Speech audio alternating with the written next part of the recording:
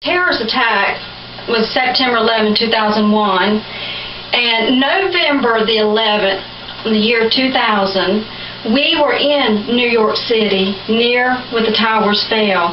And it was Brandon's birthday's November 9th, and we took a trip, about a 4 or 5 day trip, and helped me name the states we went. Kind of coming through the concrete, and I seen a movie about that, and just pictured myself in it. But I don't know, Brandon, you want to go back? And they were doing some other things that I won't mention. But we heard gunshots. We saw the firefighters putting out doing something. I didn't see a fire, but we finally got out of there. And it wasn't that great. I will be the first to admit it. And it was playing on the radio station, but I revised it, kind of like an afterthought, a memory, and it's just a little sentimental song. And I sung it in Angier at the Crepe Myrtle Festival on September 11th, which we talked about on the first show. And it's called "We Still Hold the Tears." I remember I used to go skating down in Wilmington like 2 or 3 times a week, and I'd skate around and I'd pick out a little boy, and as I was skating around, I was trying to show off, and all of a sudden I'd land down and it would be so embarrassing. I'd fall, and they'd wind up not wanting to ask me to skate. When I was getting ready for my very first performance, I take my equipment outside, and I was singing and looked behind me, and the cows next door had come up and stood there. And they did this twice, watching me. Stood there the entire time. And the last song I'm going to play today is one they really liked a lot. I'll get to that later. And when I finished practicing, I told them, "Thanks for coming." And then they just walked away. Some questions asked by grandchildren to the grandparents. And this one comes from Janet, and she says that being a grandmother didn't make me feel old until one day when my grandson David asked, "Grandma, are you my ancestor?" And I got one from Arlene. She says that, caught sticking out his tongue, my friend's grandson said in his own defense, "I'm just tasting the air." And respected their decision since they bought the house. I guess they had a right to do it. And so this first song I'm going to play is to all those youngsters who adore their homes and the precious memories that are being made there. It's called "For Sale by Owner." A lot of time with it, but they don't mind. They just giggle at it. I feel that if you spend the time with the kids, don't do it all with serious moments. They like cutting up, and if you laugh and joke, with them, it makes for a close relationship. And there's times when some people, whether family, friends, or others, ask us for a little time, and we come up with excuses.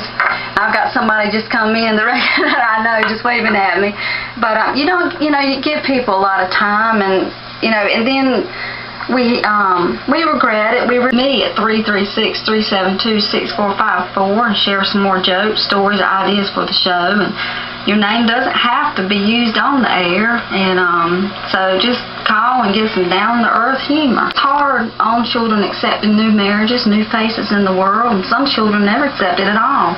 And some exes fight constantly in front of their children. It's truly not responsible or doing any good for the children. And the thought is always to keep in mind that these children are little humans with big hearts who can feel this from the entire Andy Griffith cast.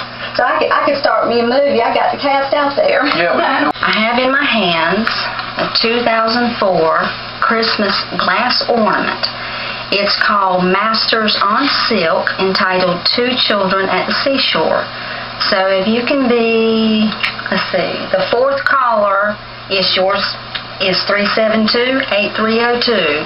So call in and get your beautiful 2004 ornament. So, ladies, when you're cooking in the kitchen and it's hot and they're cooking, and then by 12 o'clock you just don't want to eat because you're too tired from rushing. The kids want something sweet, and I said, "Well, no, I'm not going to the grocery store and get any cakes or anything, and I'm out of sugar." I said, "Well, what can I make them to eat sweet?" Because they didn't want to eat meat. They wanted some chocolate or some kind of something. You know how kids are.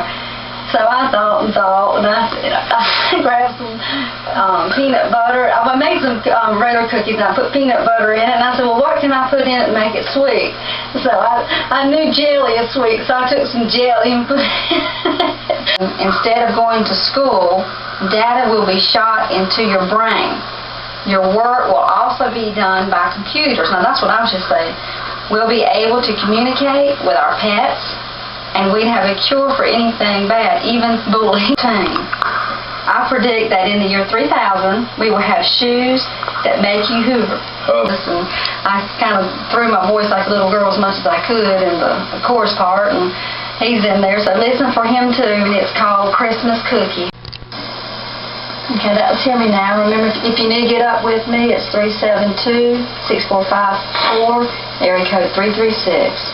Well, I hope that you all have enjoyed the show. The thought for today is by Jesse Jackson, Never Surrender Your Dreams. So remember to tune in each Monday morning from 10 to 10:30 for Christmas back here videotaping, saying smile, be happy, be careful, and God bless. Until next week, are ready? We're out of here.